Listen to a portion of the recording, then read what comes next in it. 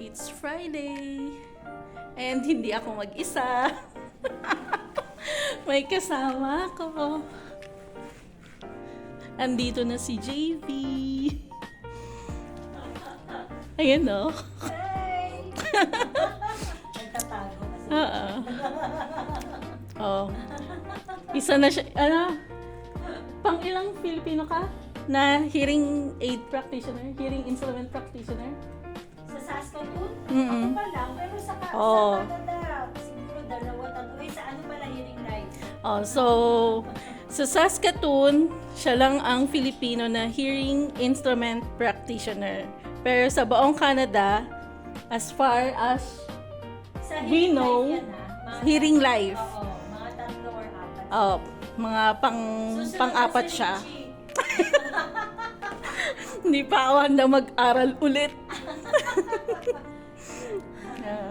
Kaya pag magpapahearing test kayo, so we have JB. Grabe talaga. Yan na. Dito kayo magpapabuka.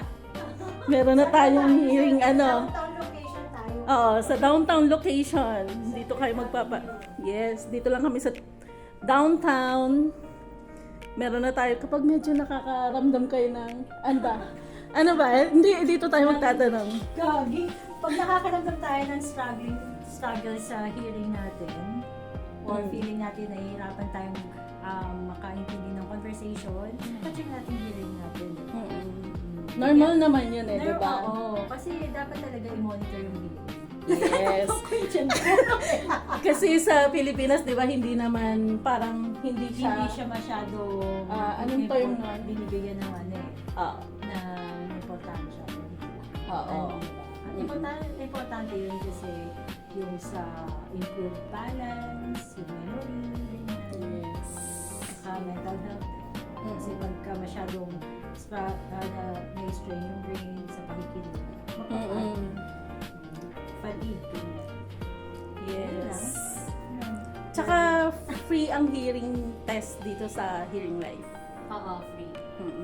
So, kayo matakot magpa-check ng hearing. Yeah. Yan, smart. Parang eye check lang din yan. So, hearing check, eye check, ganyan. Oo. Kahit hindi naman kayo parang regular Oo, hearing regular check-up. monitoring. Ganyan, Oo. monitor. Tama. Yun lang. So, alam niyo na ha. Meron tayong JV. At may Richie tayo.